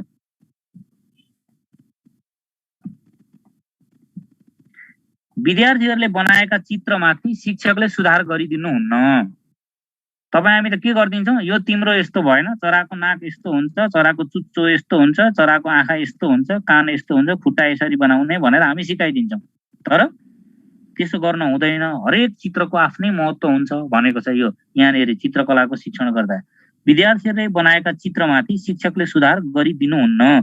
यसो गर्नाले उनीहरू हतोत्साही हुने, उनीहरूको आत्मविश्वासमा समेत आघात पर्न जाने हुन्छ। तसर्थ शिक्षकले उनीहरूलाई सुधारका लागि निर्देशन दिँदा अथवा सल्लाह दिँदा कालो पाटीमा अथवा अर्को कागजमा लेखेर देखाउनु पर्छ। ल हेर्नुस्, यस्तो राम्रो राम्रो कुरो छ। यो कुरा तपाई हामीले त्यो भोलि जाँचमा कसैले सोध्यो, परीक्षामा कसैले सोध्यो भने हो यो कुराहरू करिकुलमलाई नै पहिलो प्रायोरिटीमा राखेर अध्ययन गर्नलाई मैले आग्रह गरेर यो तपाईलाई भनिरहेको छु। अब विज्ञान र प्रविधिको परेन, अलिक पछाडि म जान्छु। विज्ञान स्वास्थ्य र स्वास्थ्य शारीरिकको देखाउँ एकचोटि भनेर हो।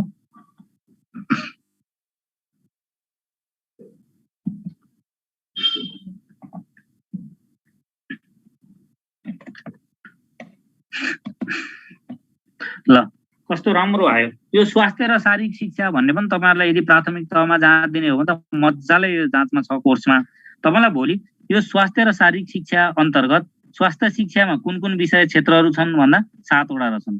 स्वास्थ्य शिक्षाका यी व्यक्तिगत सरसफाइ, वातावरणीय सफाइ, पोषण तथा खाना, रोग बचाउ तथा उपचार, हैन, स्वास्थ्य सेवा, धूमपान लगायत लागू पदार्थ। हेर्नु है, यो हरेक च्याप्टर इम्पोर्टेन्ट छ। यहाँ यो मैले स्क्रिन देखाइराखेको स्वास्थ्यको।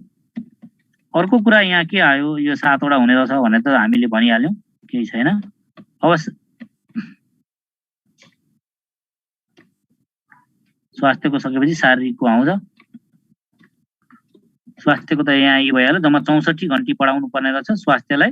64 घण्टी, 4 मा पनि 64, 5 मा पनि 64 सक्यो स्वास्थ्य हो। अब तपाईलाई स्वास्थ्य शिक्षाको शिक्षण गर्दा के विधिहरू उपयोग, हेर्नु न कस्तो राम्रो राम्रो विधि छ। यहाँ तपाईले ल हेर्नुस् यी विधिहरू कहाँ पाइन्छन् र यस्ता विधि त खोजेर पनि दुनियाँमा कहीँ पाइँदैन स्वास्थ्यको कति राम्रोसँग लेखेको छ एकचोटि पढेपछि तपाईलाई आनन्द आउँछ क्या यो पढेपछि हेर्नुस् समूहमा छलफल गर्ने मस्तिष्क मन्थन गर्ने अभिनय गर्ने ससाना समूहमा गुन्ज छलफल गर्ने खेल तथा प्रतिरूप छ परियोजना कार्य समस्या अध्ययन वाद विवाद अब यहाँनिर यी क्रियाकलापहरू छन् वर्णन गराउने अवलोकन गराउने अभ्यास गर्न लगाउने चित्र बनाउन लगाउने अनुभव तथा प्रतिवेदन भन्न लगाउने जहिले पनि क्रियाकलाप गर्दा एउटा कुरा तपाईहरुलाई थाहा छ कि छैन ने हुन्छ नि विद्यार्थीलाई गराउने हो नि भोलि शिक्षण सिकाइ सहजीकरण प्रक्रिया अथवा कस्ता कस्ता कार्यकलाप गर्नुहुन्छ भनेर आयो भने यस्तो देखाउँछु उस्तो देखाउँछु भन्न हुँदैन खाली उनीहरुलाई के गर्ने गर्न लगाउने भन्न लगाउने लेख्न लगाउने प्रदर्शन गर्न लगाउने चित्र कोर्न लगाउने होइन चित्र कोर्ने होइन चित्र बनाउन लगाउने ध्यान दिनुस् है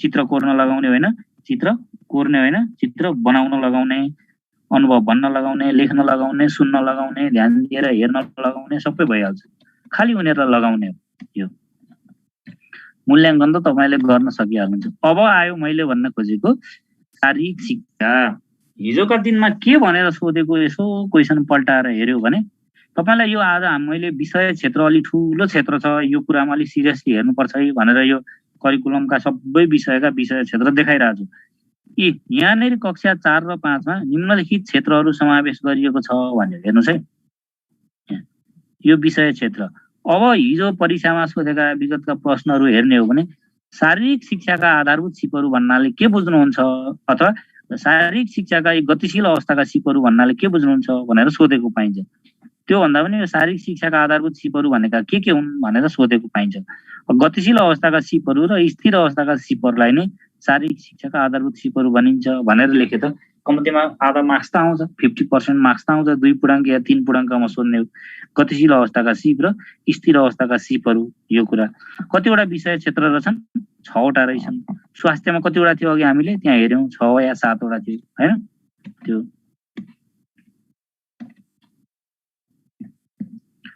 अब हेर्नुस् यो शारीरिक शिक्षाका आधारभूत सिपहरू भन्ने कुरामा के छ भने कक्षा 4 मा 50 मिटरको मात्रै दौड गराउनु पर्ने रहेछ हेर्नुस् कक्षा 4 मा विद्यार्थीलाई दौडाउँदा कक्षा 4 का विद्यार्थीलाई दौडाउँदा 50 मिटर सम्मको मात्रै दौड 5 कक्षाकालाई 75 मिटरको दौड यसरी रहेछ 5 कक्षाकोलाई 75 मिटरको दौड बनाउन मिलेन पाठ्यक्रमले हामीलाई 5 कक्षालाई 75 4 लाई 50 यो 4 लाई 75 पार्नै मिलेन भन्न खोजेको यो 5 लाई 75 पार्न पर्यो 4 लाई 50 पार्न पर्यो भनेर है यहाँ मैले अलिक गल्ती भनेको 5 लाई 75 सम्म नि हो 4 लाई 50 मिटर 4 कक्षालाई चाहिँ यो 75 अथवा 100 मिटरको दौडमा सहभागी गराउन मिलेन 4 कक्षाका विद्यार्थी भाइ बहिनीलाई जित्यो भर्खरै 8-9 वर्षका 10 वर्षका हुन्छन् 4 कक्षाको भनेको यसो हेर्ने भने 1-5 को भनेपछि 5-9 भनेपछि 4 कक्षाको त 8 वर्षका भए 8 वर्षकालाई धेरै लामो दौडहरू त्यति राम्रो हुँदैन त्यसैले 50 मिटर सम्मको मात्रै हो यो 4 कक्षाको उमेर समूह भनेको 8 वर्षको भएकोले यो त्यस्तै अब गतिशील अवस्थाका सिपहरू स्थिर अवस्थाका सिपहरू भन्ने छ यो दुईटा कुराहरू तपाईहरुलाई रिलेहरू साधारण रिलेहरू हाई जम्प लङ जम्प यिनीहरुलाई चाहिँ गतिशील अवस्थाका सिपहरू स्थिर अवस्थाका सिपहरूमा भनेको झुन्डिने मच्चिने झर्ने जिउ तन्काउने कसरतहरू चाहिँ स्थिर अवस्थाका सिपहरू पर्ने रहेछन् भन्ने कुराहरू हामीले बुझ्न पर्यो यो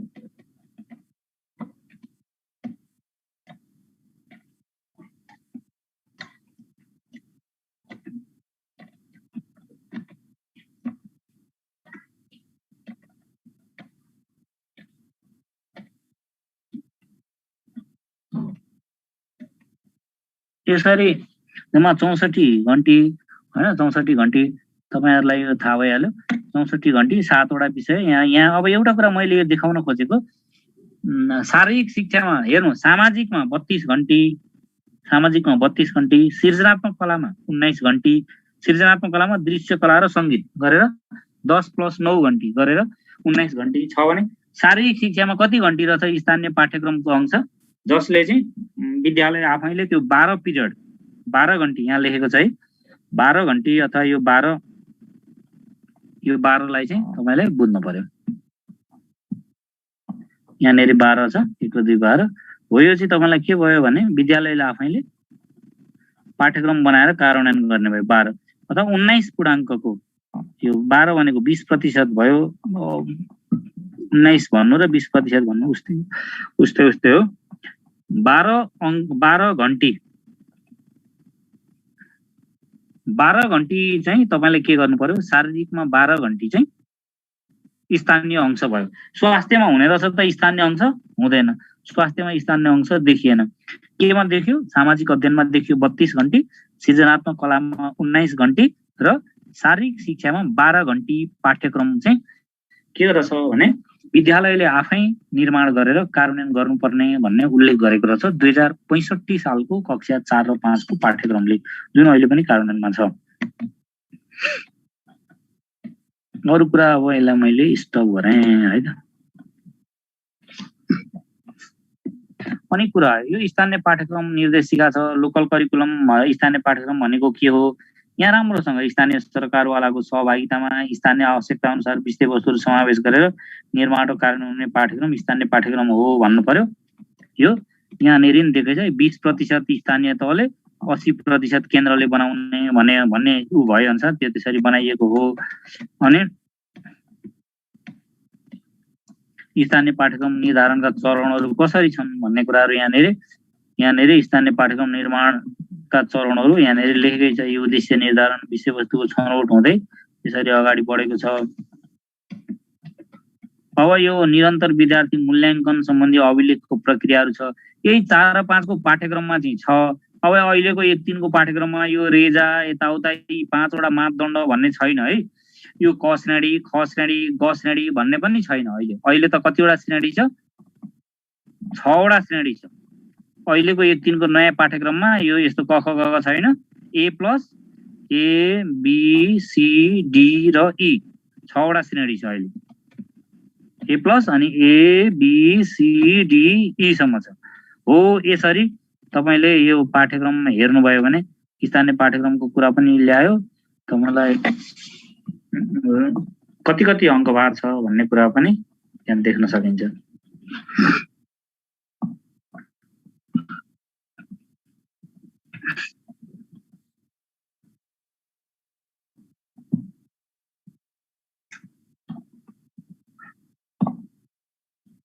ल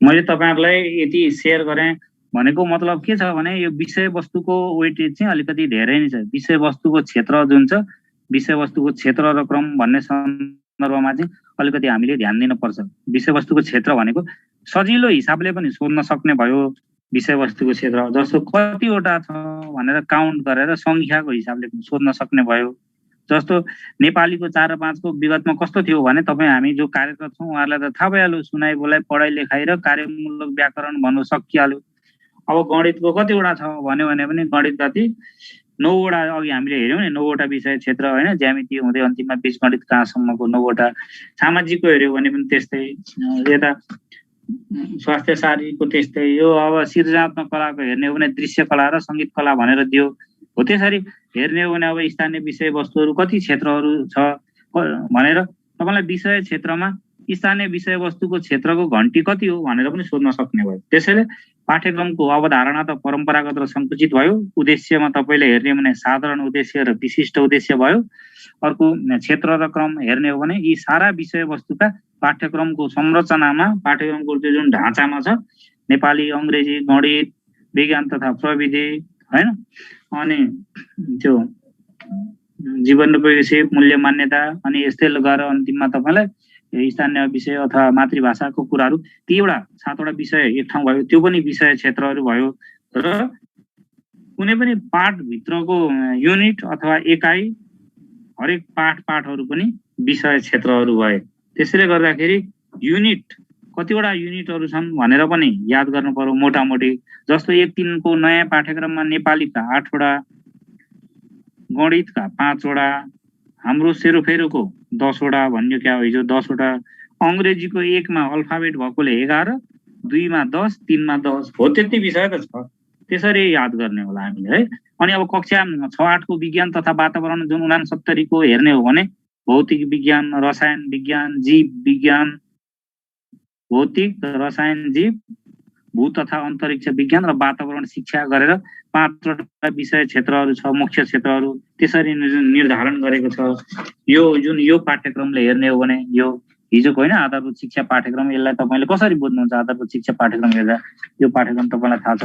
त्यसैले पाठ्यक्रमको विषय क्षेत्र चाहिँ एकदमै धेरै हो।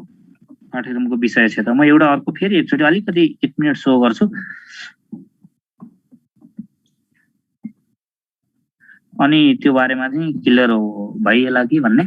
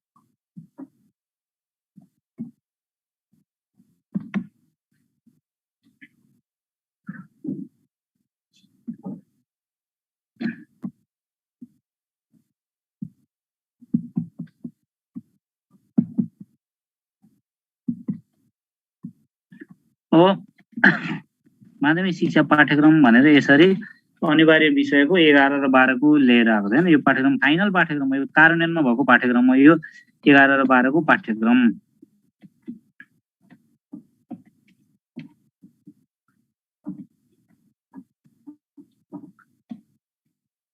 हेर्नु यहाँ के भन्छ, नेपाली, अङ्ग्रेजी, सामाजिक अध्ययन र जीवनोपयोगी शिक्षा र गणित भन्यो नि।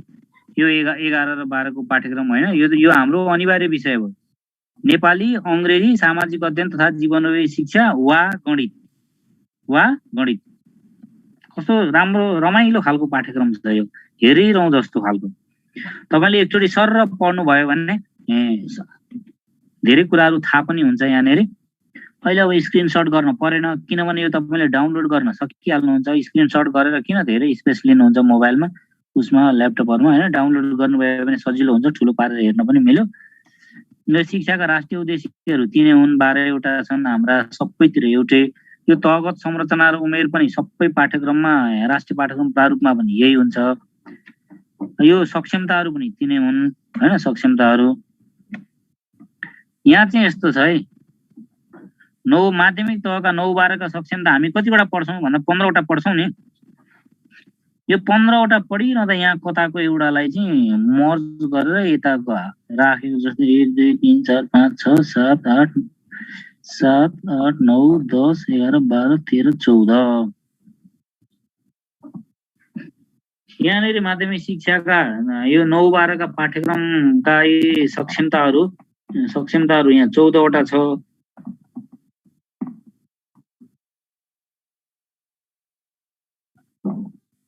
अन्त हामीले एनसीएफ मा पढेको 15 छ, तपाईहरुलाई पनि थाहा छ हैन, 15 छ। यो कता एउटा चाहिँ दुईटा बनाएको छ, एनसीएफ ले चाहिँ एउटा यो कुनै यहाँ कुनै एउटालाई दुईटा बनाएको छ, त्यति हो। अब भोलि के अरे 11 र 12 को पाठ्यक्रमले 9-12 का कतिवटा छन् भनौँ भने 14 लेख्नुपर्छ। त्यहाँ 14 छ, एन्सर कीमा 14 बनाएको हुन्छ। तपाई हामीले 15 भनेर हुँदैन।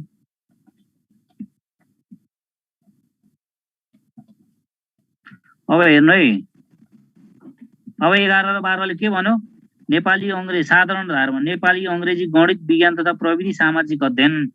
साधारण धारमा कतिवटा विषय, 5 वटा विषय, नेपाली अंग्रेजी गणित विज्ञान प्रविधि सामाजिक अध्ययन। 700 भयो जम्मा, 700 100 छोड्दियौ। त्यो नेपाली अंग्रेजी गणित विज्ञान तथा प्रविधि सामाजिक अध्ययन अनि ऐच्छिक प्रथम ऐच्छिक द्वितीय भनेर 7 वटा विषयका क्षेत्र।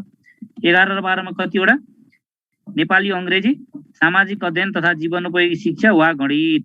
कतिवटा विषय अनिवार्यतिर राख्यो भन्नुहुन्छ भने 3 वटा, नेपाली र अंग्रेजी पढ्नै पर्यो, सामाजिक अध्ययन तथा जीवनोपयोगी शिक्षा वा गणित भन्यो। यो कुरा बुझ्नुभयो। यसरी यो यसमा क्लियर हुने है। तपाईले राष्ट्रिय पाठ्यक्रम प्रारूप 2076 डाउनलोड गरेर हेर्नुभयो भने पनि यस्तो क्लियर छैन त्यहाँ। त्यो अलि अगाडिकै हो 76 को, यो त 77 को भएकोले पछि चर्को आवाज उठेपछि सामाजिक अध्ययन र जीवनोपयोगी शिक्षा 11 मा एउटा 12 मा अर्को थियो, गणित भन्ने थिएन। त्यसैले यो दुईटैलाई मर्ज गरेर गणितलाई वामा राखेको। अब गणित पनि पढ्न पाउने भयो सबैले। अनि नेपालीलाई 3, अंग्रेजीलाई 4 पाठ्यघण्टा यसरी डिभिजन गरेको छ। यो गरेर जम्मा 27 पाठ्यघण्टा हो।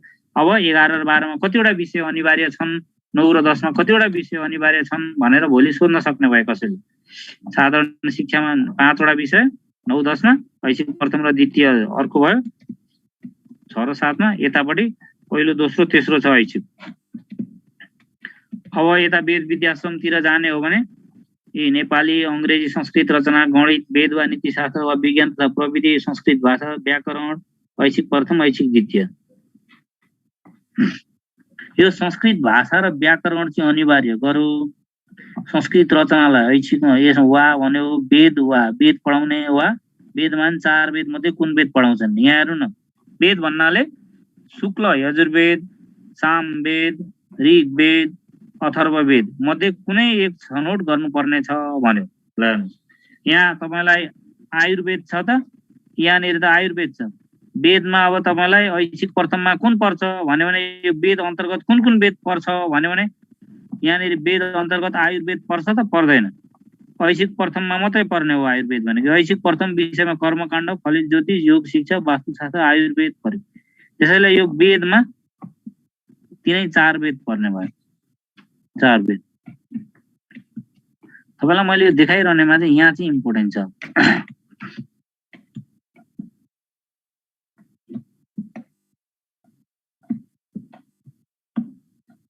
परम्परागत होइन, प्राविधिक तथा व्यावसायिक शिक्षाधार।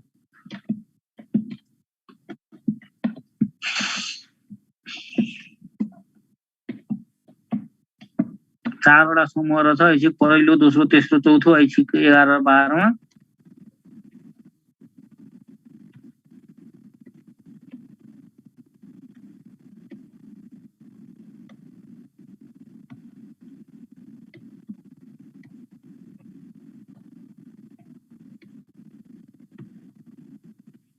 कता हरायो थियो?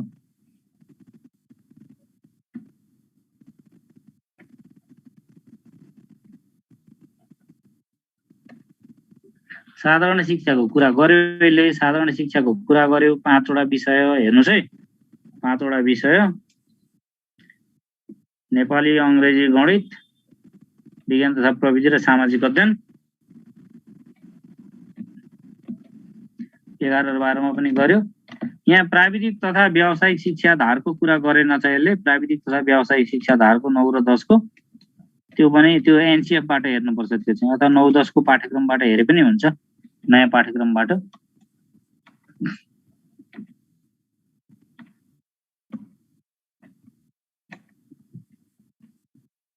अब यहाँ कुरा आयो विद्यार्थी मूल्याङ्कन कसरी गर्ने। 11 र 12 मा मूल्याङ्कन गर्दा कसरी गर्ने त अहिले तपाई 9, 10 अथवा निमावि जहाँ दिने हो भने यहाँ हेर्नुपर्छ। यहाँ हेर्नुस् है, विद्यालय तको निर्माणात्मक मूल्याङ्कन। यहाँ यसले बोल्यो नि,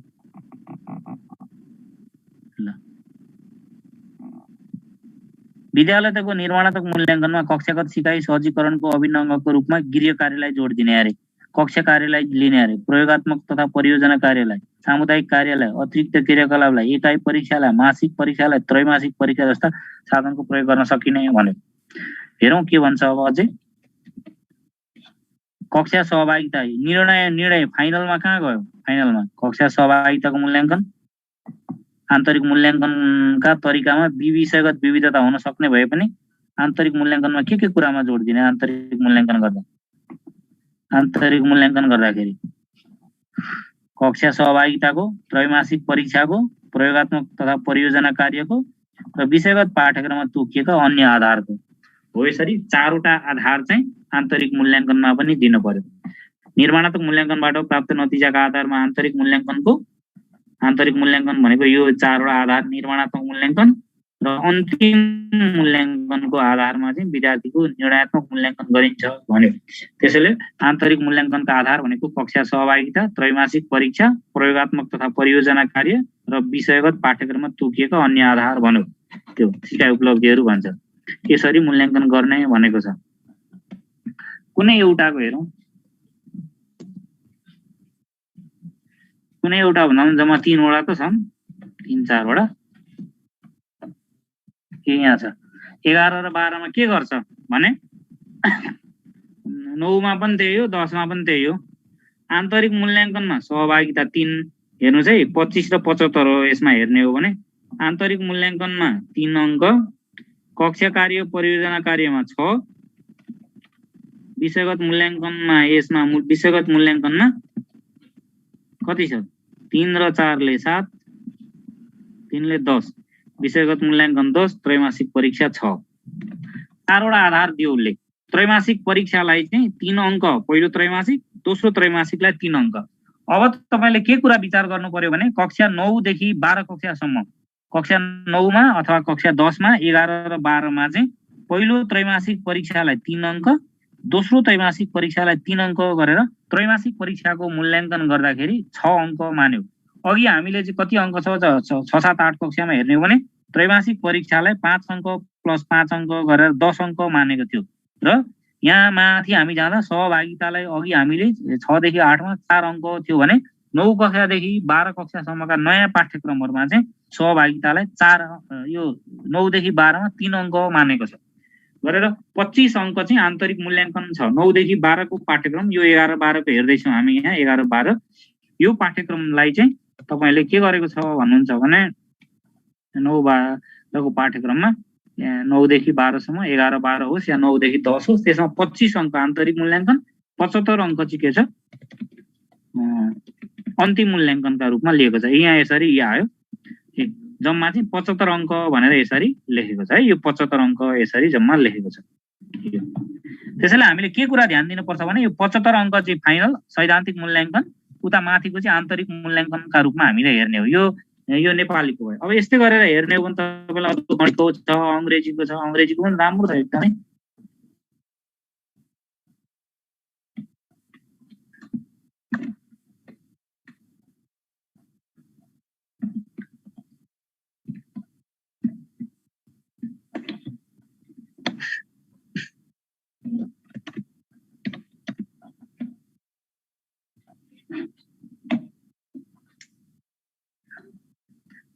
अब तपाईलाई यहाँ मूल्याङ्कनका आधारहरू पनि छ, कस्तो राम्रो राम्रो छ।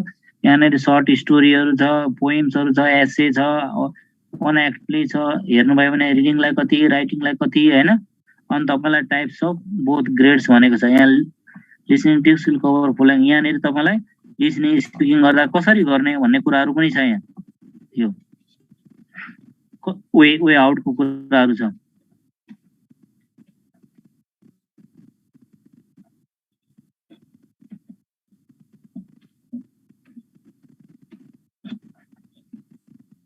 अनि सबभन्दा राम्रो त इन्स्ट्रक्सनल मेटेरियल के चाहिन्छ त हेर्नु न। शिक्षण सामग्रीका सूचीहरू बनाउनुहोस् भन्यो भने तपाई 4-5 कक्षामा अथवा 1 देखि 3 को अथवा प्रावि तहको अथवा निमावि तहको अथवा मावि तहको कुनै परीक्षामा सहभागी हुँदैछ, तपाई अंग्रेजी विषयको हो भने यहाँ हेर्नु त chart, comparison table, role card, newspaper, bulletins, brochure यो टिपोट गरेर राख्नु त कति राम्रो काम दिन्छ तपाईलाई। यति इम्पोर्टेन्ट चीज हो, तुलना नगर्नुस् है।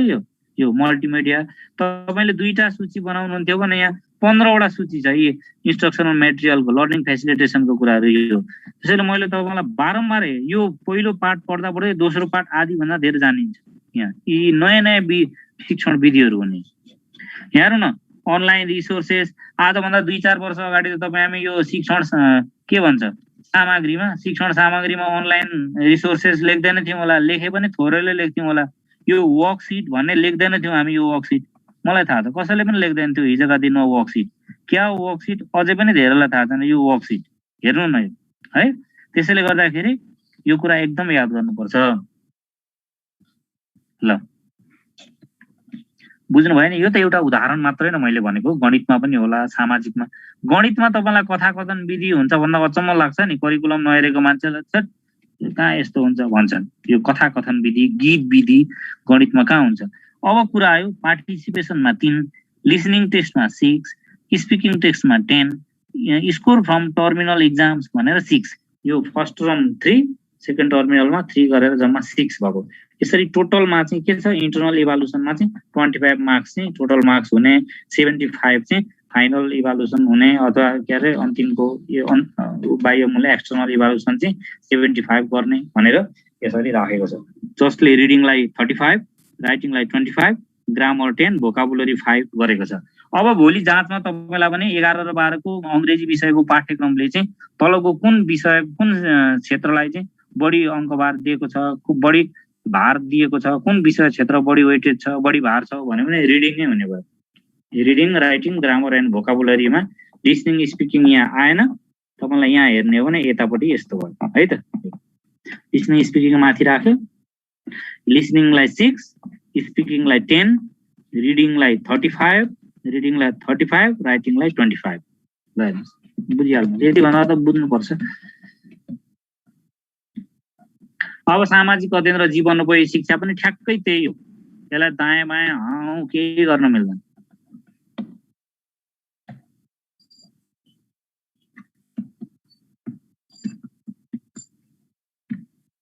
सिकाइ सहजीकरण प्रक्रियाको कुरा आयो। जम्मा 11 वटा शिक्षा र सामाजिक विकास भने जम्मा 11 वटा विषय क्षेत्रहरू 11 वटा छन्। अर्थतन्त्र विकास गरेर जम्मा 11 र 12 मा 11 वटा के छन्, टपिकहरू छन्।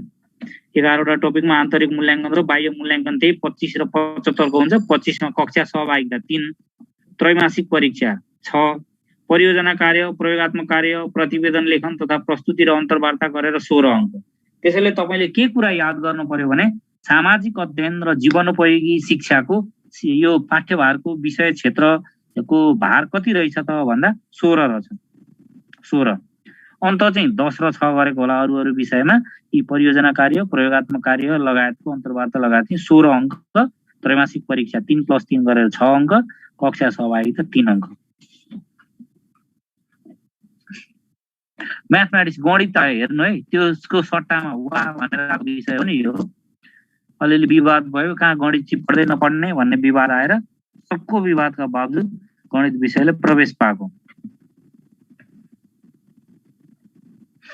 अब कस्तो राम्रो यहाँ inductive and deductive method, problem solving method, case study, project work method, discovery method, use of ICT, cooperative learning, question answer and discussing method होइन 11-12 को।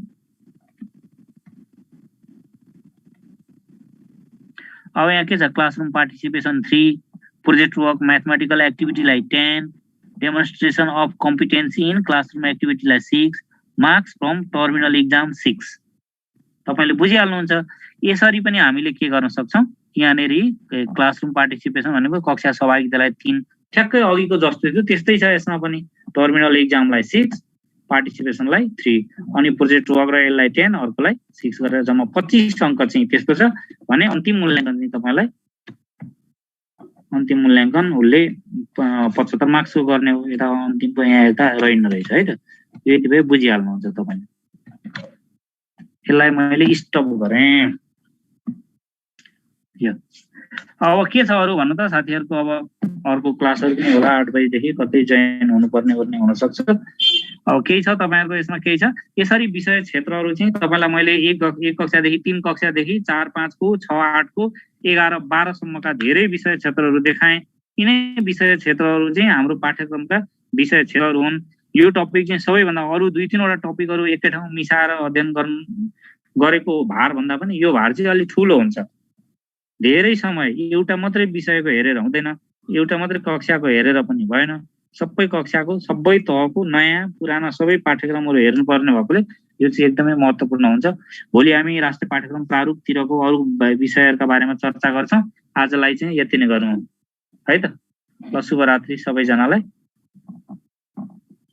हस् ल, नमस्कार।